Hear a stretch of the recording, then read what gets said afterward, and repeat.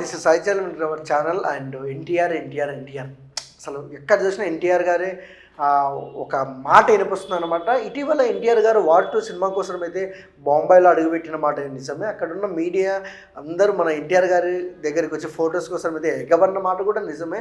And మనం చూస్తున్నాం కూడా. అండ్ ఇంకొక విషయానికి వస్తే వార్ 2లో అండ్ మన ఎన్టీఆర్ అన్న చేసే క్యారెక్టర్ గూస్ బంప్స్ అంటున్నారు.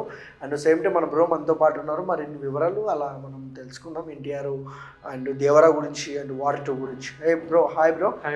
ఓకే, ఫస్ట్ ఆఫ్ ఆల్ మన RRR పాన్ ఇండియా సినిమా తర్వాత ఎన్టీఆర్ గారు బాలీవుడ్లో ఛాన్స్ అయితే కొట్టేశారు.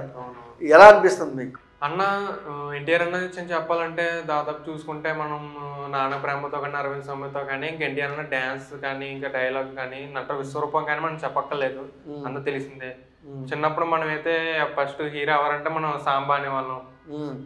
అలా కూడా మన అన్న ఈడంటే గ్లోబల్ స్టార్ ఏంటంటే అంతా అన్న కష్టం, కృషి, పట్టుదల అంతా.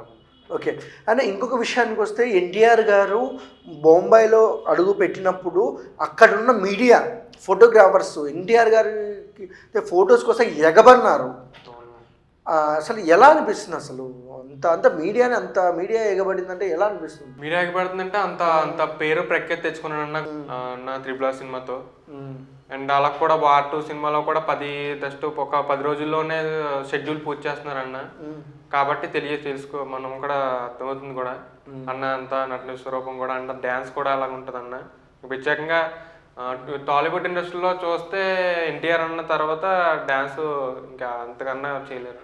ఓకే, అండ్ ఇంకొక విషయానికి వస్తే ఎస్ రాజు ప్రొడ్యూసర్, అంటే ఎస్ రాజు ఆఫీస్లో అడుగు పెట్టక ముందే మన ఎన్టీఆర్ గారి అంటే చాలామంది అక్కడ ఉన్న క్రౌడ్ కానివ్వచ్చు, ఫ్యాన్స్ కానివ్వచ్చు, ఎన్టీఆర్ చూడడానికి ఎగబడినారంట. అసలు అంటే అక్కడ మీడియా కానివ్వచ్చు, ఇక్కడ మామూలు ఆడియన్స్ కానివ్వచ్చు, ఎన్టీఆర్ గారికి అంటే ఇంతమంది ఇంత గ్రాఫ్ ఉంది కదా, ఈ గ్రాఫ్ని క్యాచ్ చేసుకుందామని వాటిలో పెట్టుకుంటారని అనుకుంటున్నారా మీరు? క్యాచ్ చేసుకోమంటూ ఎన్టీఆర్ అన్నకి అని లేదన్న, క్యాచ్ చేసుకోవాలనే ఉద్దేశం లేదు. అంటే డైరెక్టర్ పాయింట్ ఆఫ్ వ్యూ అడుగుతున్నాం. వాళ్ళు క్యాచ్ చేసుకుందామని ఎన్టీఆర్ క్రేజ్ని పెట్టుకుంటున్నారు అన్న.